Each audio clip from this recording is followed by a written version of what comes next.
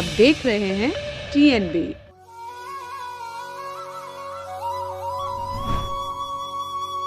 षटतिला एकादशी व्रत 28 जनवरी दिन शुक्रवार को है। माघ मास के कृष्ण पक्ष की एकादशी तिथि को षटतिला एकादशी व्रत रखा जाता है। तो आइए जानते हैं षटतिला एकादशी व्रत कथा के बारे में। माघ मास के कृष्ण पक्ष की एकादशी तिथि को षटतिला एकादशी व्रत रखा जाता है। इस दिन भगवान विष्णु की पूजा में तिल का भोग लगाया जाता है। जो लोग षटतिला एकादशी व्रत रखते हैं वे काले तिल का 6 प्रकार से उपयोग करते हैं।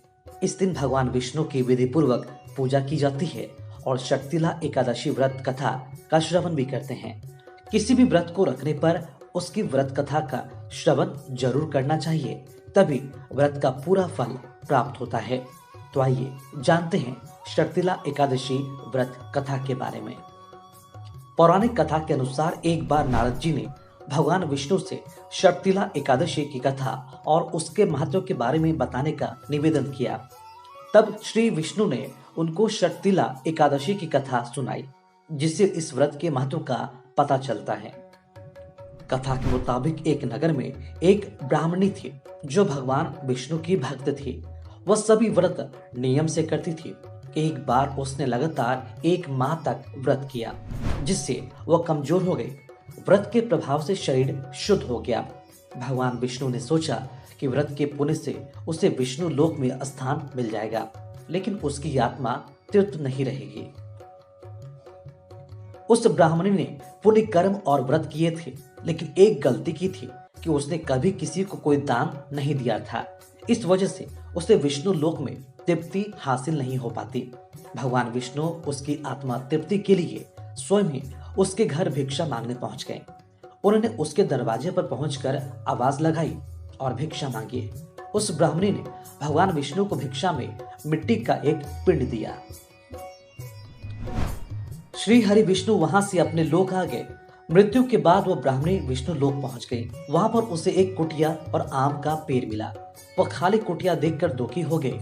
उसने पूछा कि उसने पूरे जीवन से भी व्रत नियम से किए, फिर उसने विष्णु लोक में खाली कुटिया और आम का पेड़ ही क्यों मिला।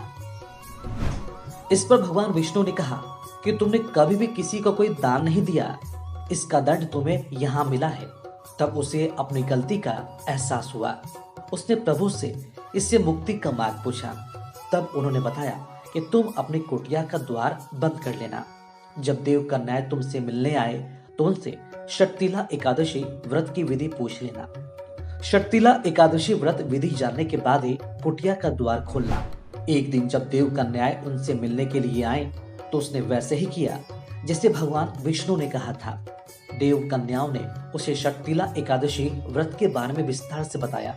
तब उसने माघ कृष्ण एकादशी को षटतिला एकादशी व्रत पूरे विधि विधान से किया। व्रत के प्रभाव से उसकी कुटिया धन्य धान्य से परिपूर्ण हो गई। षटतिला एकादशी व्रत के दिन तिल का दान करना चाहिए। और इस तरह पुराणों में षटतिला एकादशी व्रत का काफी महत्व बताया गया है।